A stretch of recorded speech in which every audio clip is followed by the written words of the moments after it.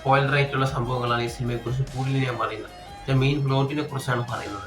അപ്പോൾ ഈ video കാണുന്നവരെല്ലാവരും cinema കണ്ടിട്ട് മാത്രമേ ഈ വീഡിയോ കാണാം. പ്രത്യേകിച്ച് ഈ വീഡിയോ വലുതായിട്ട് ആരും കാണില്ല, എങ്കിലും ചുമ്മാ ഒരു കൗതുകത്തിന് വേണ്ടി പറഞ്ഞതേ ഉള്ളൂ. ഫൈനലി രായൻ എന്ന് പറഞ്ഞ സിനിമ.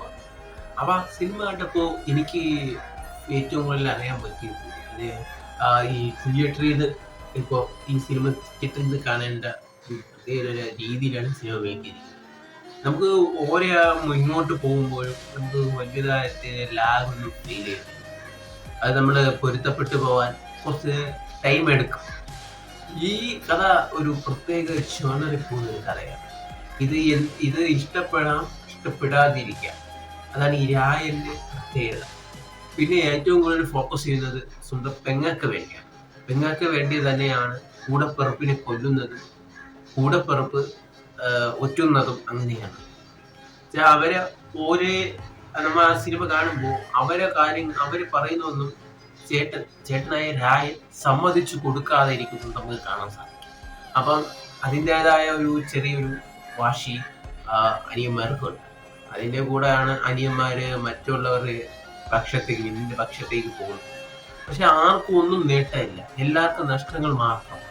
അവസാനം രായന് കിട്ടുന്നത് രായന്റെ പെങ്ങളെ മാത്രമാണ് സേഫ് ചെയ്യാൻ പറ്റുന്നത്.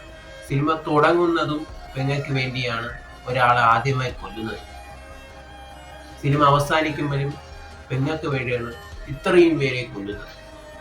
അതാണ് ഈ രായൻ എന്നുള്ള സിനിമയുടെ പ്രത്യേകത. പിന്നെ ഈ സിനിമ പോകുന്നത് മൊത്തവും ഡാർക്കാണ്, രാത്രിയാണ് പോകുന്നത്. എന്ന് വെച്ചാൽ സാധാരണ ഒരാളുടെ ജീവിതം എന്ന് പറയുന്നത് അയാൾ ചുറ്റിപ്പെടുന്ന അന്തരീക്ഷങ്ങളെല്ലാം വ്യക്തമാക്കി കാണിക്കാൻ പറ്റുന്നത് ഈ രാത്രിയാണ്, ഡാർക്കാണ്. അതായിരിക്കും ആ സിനിമ മൊത്തവും ഡാർക്കായിട്ട് പോകുന്നത്. അതിലെ പാട്ടുകളായിക്കോട്ടെ, പിന്നെ അപർണ മലപുരം, അവളെ ആവശ്യമില്ല, അവള് കുറച്ച് വെറുപ്പിക്കലുണ്ടെങ്കിലും അവളില്ലെങ്കിലും സിനിമ നന്നായി പോകുമായിരുന്നു. പിന്നെ തുടക്കം പബ്ജി കാണിക്കുന്നുണ്ടായിരുന്നു. പിന്നെ ഞാൻ വിചാരിച്ചു ഇതെന്തോ അവിടെ ഇങ്ങനെയൊക്കെ കാണിക്കുന്നു എന്ന് ഞാൻ വിചാരിച്ചെങ്കിലും അതൊന്നും ആ സിനിമയിലേക്ക് ഒരു ബാധിച്ചില്ല. പിന്നീട് പെങ്ങളും രായനും ഈ സിനിമ ഫുള്ള് സ്കോർ ചെയ്യായിരുന്നു. ഈ സിനിമ നമ്മൾ തിയേറ്ററിൽ ഇത് കാണാത്തവർക്ക് വലിയ നഷ്ടമായിരുന്നു. അതിലൊരാളാണ് ഞാനും. നമ്മളുടെ ജീവിതം ഇങ്ങനെയൊക്കെ തന്നെയാണ്. നമ്മൾ ഒന്നും കൊണ്ടുവരുന്നില്ല, നമ്മൾ അതേപോലെ തന്നെ ഒന്നും നമ്മൾ തിരിച്ചു കൊണ്ടുപോകുന്നുമില്ല. അത് വ്യക്തമാക്കി തരുന്ന ഒരു സിനിമ ആണ്.